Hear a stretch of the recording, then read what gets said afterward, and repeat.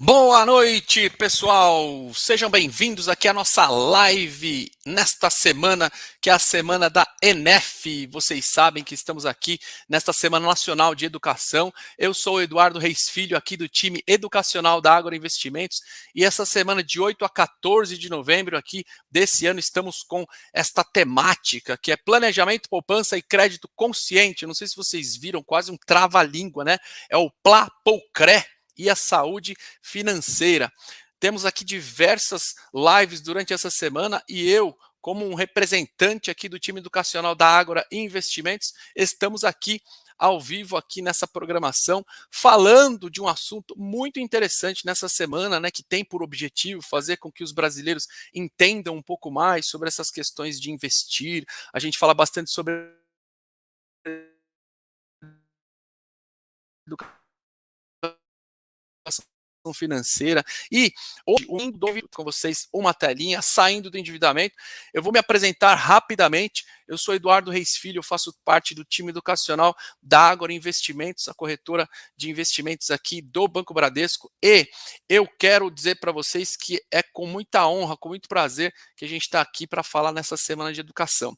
Eu também sou um dos autores do livro Trabalhadores Não Precisam Ser Pobres, e eu trago um pouquinho dessa experiência de educação financeira e investimentos, atendendo famílias também e ajudando bastante gente a sair desse momento do endividamento. E a gente vai trocar uma ideia aqui, eu tenho certeza que vai ser bem legal. Aproveita para compartilhar esse link. Se tem alguém que precisa ouvir sobre como sair das dívidas, faça aqui desse momento um momento também de compartilhar. Você pode estar aí ajudando alguém, ajudando uma família para sair desse momento aí que é tão difícil, né? Primeiro a gente vai perguntar aqui, eu gosto de fazer algumas considerações, e a gente sabe que por natureza e por cultura, o brasileiro ele não é educado financeiramente, tá? A gente nunca aprendeu a educação financeira, assim, por exemplo, na escola, agora que já faz parte de uma grade curricular a matéria educação financeira. Mas no meu tempo, a gente não tinha muitos recursos para aprender a educação financeira, e quando a gente chega na idade adulta, a gente vai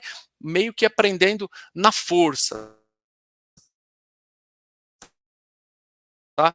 A partir de agora, inclusive, a ENEF ela vem corroborar com toda essa estratégia, fazendo com que o brasileiro se interesse um pouco mais sobre esses assuntos de educação financeira, sobre finanças, sobre como cuidar da sua educação financeira, e a gente vem contribuir. E você sabe que muitas pessoas pensam que fazer uma educação financeira ou fazer um controle das minhas finanças é algo muito absurdo ou é difícil. Se bem que a gente sabe que isso está muito comum hoje, mas muitas pessoas têm grandes dificuldades, e isso passa pela questão comportamental. Como eu nunca pensei nisso, acaba virando uma questão até que de saúde. E fazendo aqui, levantar dessa bola para a gente trazer um pouquinho mais de discussão, a gente pode tentar entender quais são as origens das dívidas, tá? E quando a gente fala da origem das dívidas, a gente vem falar sobre um cenário que não é nada, vamos dizer assim, não é nada interessante, não é nada agradável. Por quê? Mais de 12 milhões de brasileiros atualmente, ou 12 milhões de famílias brasileiras estão altamente endividadas. Existe uma pesquisa que ela é divulgada pelo CNC, que é a Confederação Nacional de Comércio de Bens e Serviços, e ela divulgou aqui numa última pesquisa que os brasileiros estão nessa situação. E agora no mês de outubro, a gente está aqui dia 10 de novembro, mas é uma pesquisa que teve o fechamento no mês passado, né? Mais de 74% dos grupos familiares, né, que foram pesquisados possuíam dívidas a vencer para os próximos meses. E essa pesquisa é bem interessante porque ela também traz um recorte daquelas pessoas que estão extremamente endividadas e que não fazem ideia onde ou por onde, como é que faz para sair desse momento de endividamento, né? Então, entre essas famílias, 25 ou mais de 25%, elas disseram que possuem contas em atraso, e aí desse percentual afirma que não vão ter condições de pagar essas dívidas futuras, tá? Então eu quero olhar aqui no seu olho. Não sei se você está enquadrado em uma dessas situações. Você olha lá para suas dívidas e fala: meu Deus, como é que eu vou conseguir sanar tudo isso aqui? Eu puxo de um lado, parece que é aquele dia que o cobertor está curto, entra um friozinho por aqui, eu puxo daqui, eu puxo dali, retomo recurso de bancos, enfim. Eu sempre falo que não é errado você, se dependendo aí do caso, você precisar de algum recurso de um crédito, mas é necessário que você entenda quais são esses recursos disponíveis, até para que você adeque esse crédito ao seu momento de vida. Então, quando a gente traz essa responsabilidade no crédito, a gente está falando sobre isso.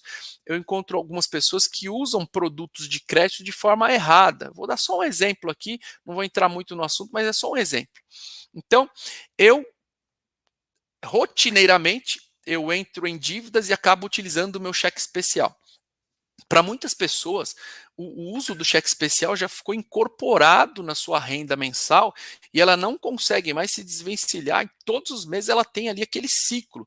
Veja só, se você utiliza esse instrumento, que é o cheque especial, como um complemento da renda, ou se você precisa dele constantemente para terminar o mês ou iniciar o mês, enfim, você está usando um produto que às vezes é um produto que não é tão interessante pelo fato de você estar usando ele constantemente. Por quê? O cheque especial ele é um produto que pode ser usado para momentos de emergência, para momentos onde você vai utilizar um prazo que seja inferior a um mês. Porque senão você vai pagar uma taxa de juros referente à quantidade de dias que você usa. Então você imagina utilizando isso mais de 30 dias. Aí acaba ficando uma bola de neve onde você não consegue mais ter uma perspectiva de sanar essa dívida. Tá? Então, por exemplo, a gente tem lá um outro produto que é um produto que é um crédito pessoal e ele tem uma taxa de juros menor, onde eu posso utilizar pagando parcelas durante o mês. Então, eu posso resolver um problema e eu pago as parcelas para que a taxa de juros seja uma taxa menor e eu consiga negociar aí a minha dívida. Tá? Então, essa é uma ideia. Quando a gente faz um levantamento de famílias que são endividadas, é bem interessante porque algumas pessoas confundem até a questão do cartão de crédito, né? E quando fazemos as perguntas, a pessoa responde assim: ah, o maior vilão das minhas dívidas ou as minhas maiores despesas estão no cartão de crédito, ou é o cartão de crédito. E a gente vem corrigir esse discurso. O cartão de crédito em si, ele não é uma despesa em si. Mas como não é, Eduardo, eu tenho que pagar fatura lá todo mês. Tá, o cartão de crédito, ele é um meio de pagamento para que você pague algumas despesas. E as pessoas usam de forma tão assim, às vezes até descontrolada, eu vou usar essa palavra aqui, que elas não imaginam que essa conta um dia chega. Até as regras de utilização do cartão de crédito hoje mudaram justamente para incentivar o público brasileiro a tentar se controlar um pouco mais. Então, quando você vai pagar uma fatura de cartão de crédito, pagar o mínimo, já vem no outro mês a possibilidade de você já fazer um parcelamento para que você não entre nesse rotativo constante, tá? Então, para responder a pergunta de onde vêm as dívidas, a gente tem que entender que às vezes vem de um mau comportamento ou de uma falta de entendimento dos produtos que estão disponíveis dentro do sistema financeiro, tá? Então eu respondo essa pergunta colocando aqui algumas informações. As dívidas elas podem vir, por exemplo, de uma decisão que você tomou de forma errada no momento de fazer um consumo. Então você não fez ali um planejamento adequado e acabou tendo um problema ali de ordem onde aquilo saiu do seu controle e você não conseguiu mais dominar de forma que saiu do seu orçamento. Tá? Então você tem um sonho e você não planejou direito. Quando eu falo na realização de sonhos, a gente pensa aqui em fazer um planejamento. Eu tenho um sonho um dia de ter um carro, de ter uma casa própria, ou de morar em tal cidade, ou de fazer uma grande viagem. Todo sonho ele pode passar por aquele estágio do planejamento. Ah, eu tenho um sonho. Qual o seu sonho? Vamos perguntar aqui para você. Qual é o sonho que você tem?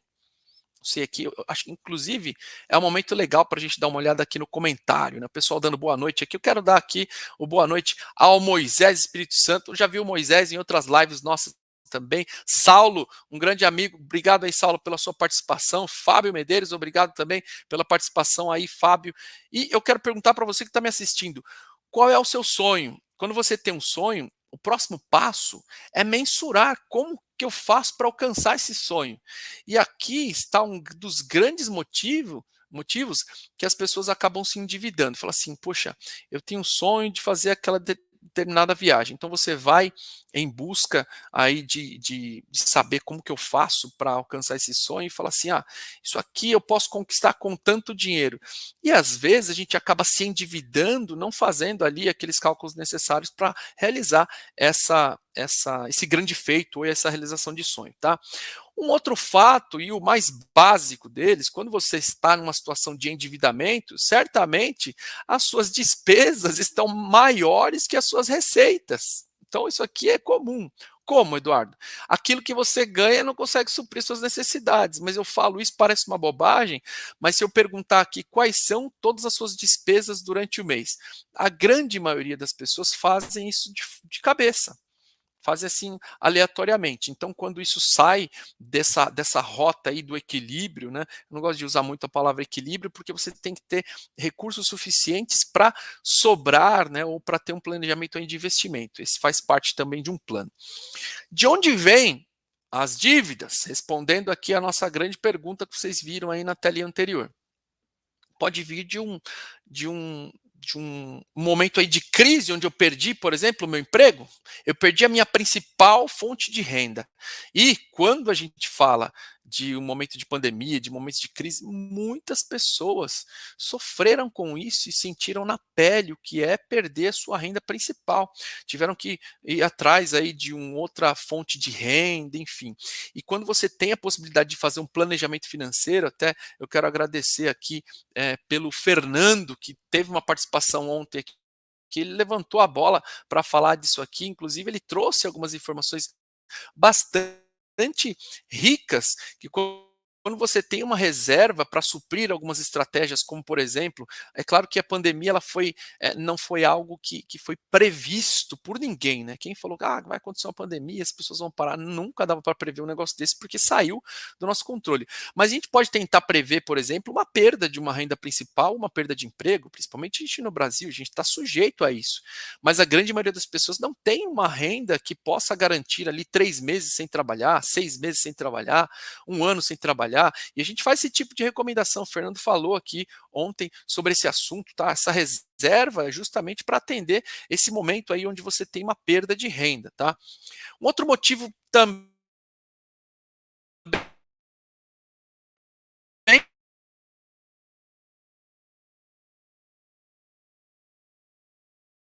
interessante são dívidas que aparecem. Aqui, eu estou na tela, vou ficar aqui nessa telinha aqui com vocês, tá bom? Tá tudo bem aqui, produção? Certo? Vamos lá, estou no ar, né? Então vamos lá. O que são esses sazonais? São dívidas que acontecem ano após ano e eu sei que naquele mês vai acontecer. Então, eu vejo constantemente, a gente que acompanha algumas famílias, a gente acompanha esse aspecto aí da educação financeira, e a gente vê, por exemplo, o seguinte: as pessoas que chegam no final do ano e começam a se endividar. Mas por que é que elas se endividaram? Com as despesas de final de ano. Tá, mas por quanto tempo você cai nessa? Quanto tempo você passa um aperto com essas despesas de final de ano? Já tem um bom tempo. Pois é, todo ano ela aparece se você não conseguiu ainda fazer um planejamento para que você não seja pego de surpresa. Eduardo, é difícil, tá, mas eu estou aqui dando esse puxão de orelha justamente para nos despertar. A gente parou aqui alguns minutos para pensar em como você quer ter a sua vida financeira dos próximos 5 anos, dos próximos 10 anos. E se você não pensar nisso, você falar, eu não gosto de cuidar das minhas finanças aqui, eu não gosto de colocar a mão nesse negócio que eu acho muito complicado. Se você não fizer esse gerenciamento, ninguém vai fazer por você. O dinheiro não aceita não ser cuidado. Se você não cuidar bem do seu dinheiro, quem é que vai cuidar? Tá? Então você precisa parar um pouco para pensar em como você quer ter a sua vida financeira para o próximo ano, tá? Então vamos lá. Aí a pessoa chega naquele sazonal. O que mais? As despesas de início de ano. Tem que pagar meu IPVA, tem que pagar o IPTU, tem que pagar o material das crianças. Mas quantos anos você vive isso? Será que você não pensa isso todo o tempo? As pessoas até fazem ideia, mas não faz esse planejamento. De repente, se você começar a colocar no papel, pensando estruturadamente, você consegue sim sair. E nós já fizemos isso. Nós temos casos aqui de famílias que já foram beneficiadas com esse racional, com essa estratégia de você é, pensar em como vai ser o seu orçamento doméstico o próximo mês. Então, eu tenho, por exemplo, o aniversário de um familiar, a mãe, sei lá, o dia das mães, dia dos pais. Todo ano eu me aperto nesse momento para dar o meu presentinho. Poxa, todo ano. Então, para com esse negócio. Vamos mudar essa mentalidade, vamos pensar em fazer um plano, vamos pensar em fazer uma estratégia, tá?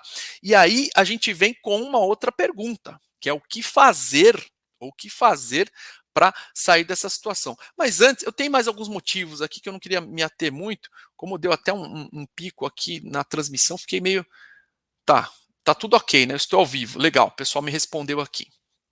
De onde vêm ainda as dívidas? Continuando respondendo a nossa pergunta. As suas dívidas podem vir, e já falamos, né, de um plano, de um sonho mal planejado, pode vir aí de uma perda de renda, pode vir aí da falta do conhecimento dos produtos e serviços financeiros do mercado, e hoje não dá mais para falar que eu não conheço, a gente tem informação, a gente tem pessoas que podem nos auxiliar, a gente tem uma live como essa, a gente tem conteúdos que estão disponibilizados nas maiores casas e até nos órgãos públicos para instruir você, para ensinar. O próprio Banco Central tem ali cartilhas que fazem com que você possa aprender, né, um pouco mais sobre os produtos que são disponíveis e como você utilizar, tá? Eu coloco sempre essa questão quando você tem um rompimento familiar. Então eu me divorciei, eu morava em uma casa, eu tinha um casamento e agora eu desfiz tudo isso. Isso aí custa também caro. A gente não sabe mais o quanto que custa mais caro, né? Se é casar ou se é descasar. Então, dentro do seu planejamento de futuro, tudo isso pode ser contemplado, tá? Então, tudo hoje a gente gasta dinheiro para tudo, para viver, para sobreviver, e eu sempre faço esse tipo de pergunta, né? Se você gastou algum dinheiro hoje, talvez alguém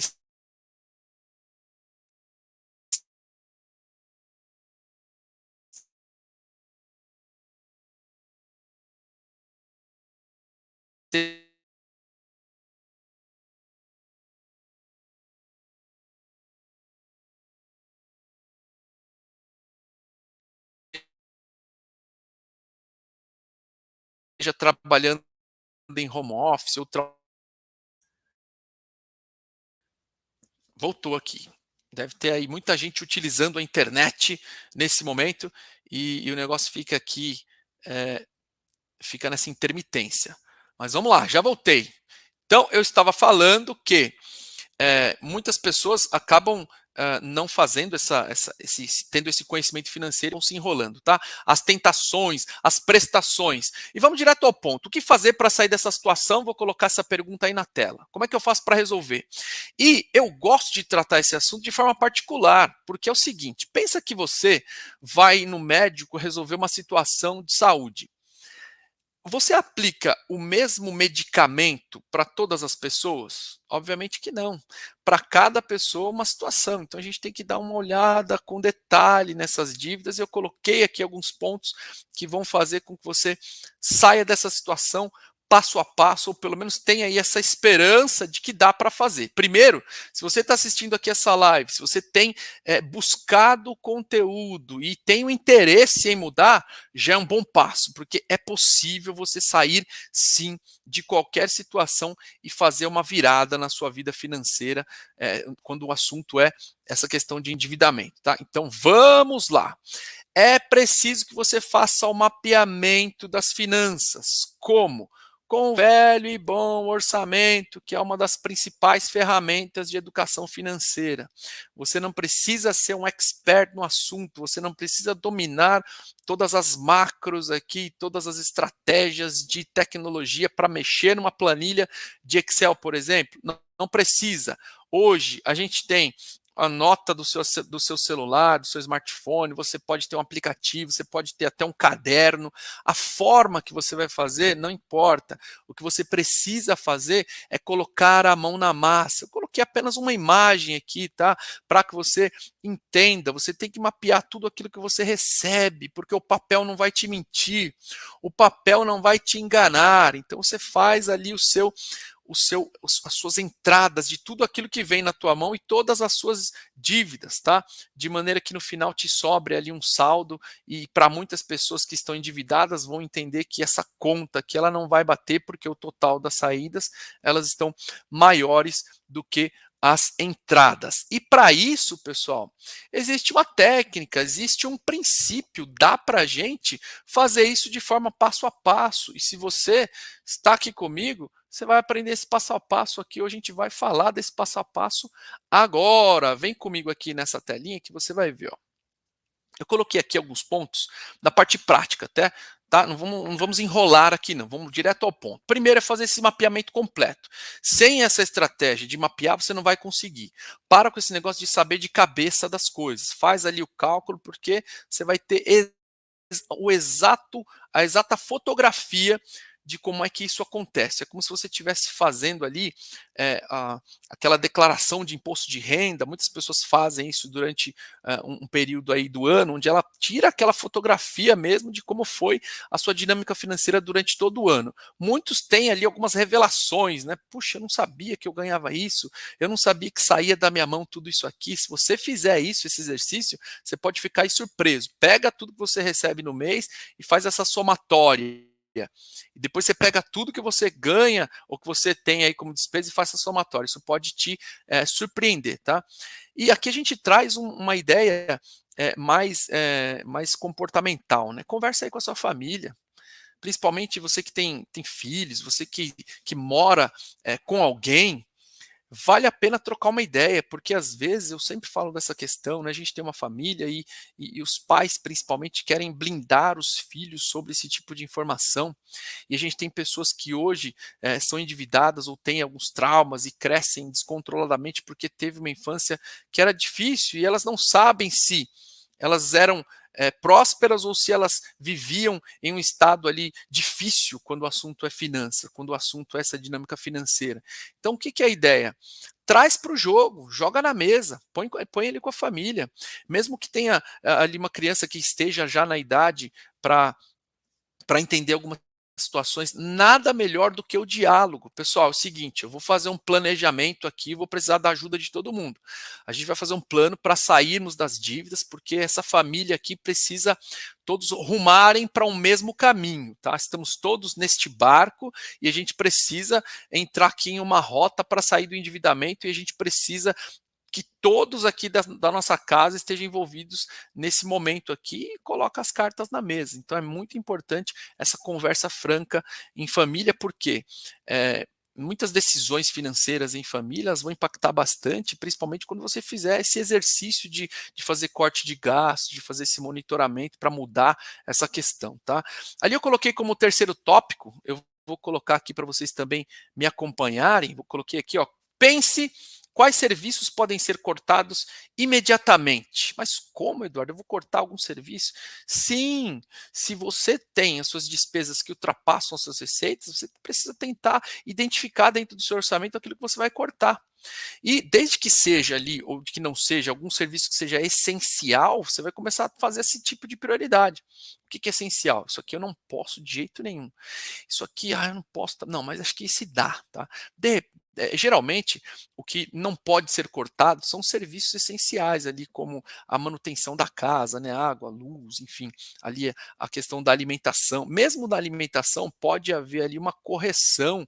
Aí você passar alguns meses fazendo uma adequação nas suas compras, mas a ideia é que dá para nesse momento de apertar os cintos, informar a família e você traçar esse plano aí de emergência, tá, pessoal? Eu coloquei aqui também como um próximo tópico, vou compartilhar com vocês aqui, vamos lá? Como um quarto tópico, ó, pare de comprar a prazo. Mas como, Eduardo? Parar de comprar a prazo? Não consigo parar.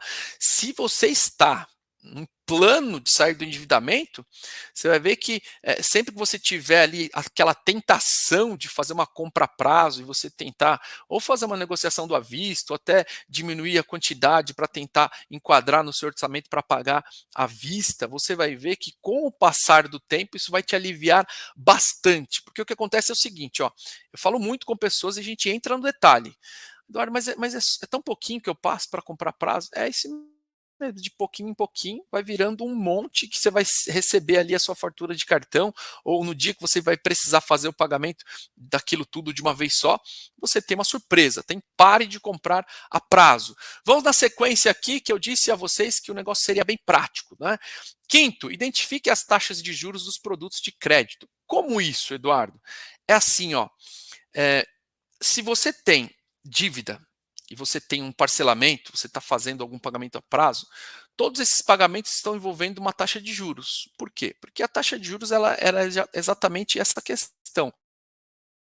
É o valor do dinheiro no tempo. Então, se você fez algum crédito, você está pagando ali sim Voltamos. Você está sim pagando ali uma taxa de juros nesse longo ou ao longo ou passar do tempo, tá? Então vamos lá, você já está com dificuldades de manter ali aquela dinâmica e já está escolhendo qual dívida pagar, porque tem o carnê ali da loja, tem o outro do carro, tem o outro. Difícil para você. Tenta identificar quais desses valores, quando você atrasa, ele gera o maior juros ou a maior taxa de juros? Porque em alguns momentos, como a sua renda ela não consegue suprir todos os seus compromissos, em alguns casos você consegue tentar diminuir essa taxa de juros, até buscando uma portabilidade, até fazendo uma reformulação em um novo produto de crédito para que você tenha uma taxa menor, tá? E se você chegou nesse momento onde você precisa escolher, sempre dê prioridade para aquelas dívidas que tenham essa taxa de juros maior, porque se você deixar de pagar aquilo, vai virar um valor maior com o passar do tempo. E aí a gente vem para mais um tópico dessa lista aqui, que é o sexto tópico que eu coloquei para vocês: renegocie. Como assim renegocie? Pensa o seguinte: se eu estivesse devendo um dinheiro para você aqui que está me assistindo, e aí um dia eu procuro você e falo assim: ô, o meu amigo, eu quero pagar a dívida que eu tenho com você aqui. Você aceitaria? É claro que você ia falar, claro, vamos falar, vamos conversar sobre isso, eu quero sim, vamos fazer esse negócio aí para a gente dar um jeito. Pois é, assim pensam os bancos, assim pensam as financeiras, assim pensam as pessoas que liberam crédito. Elas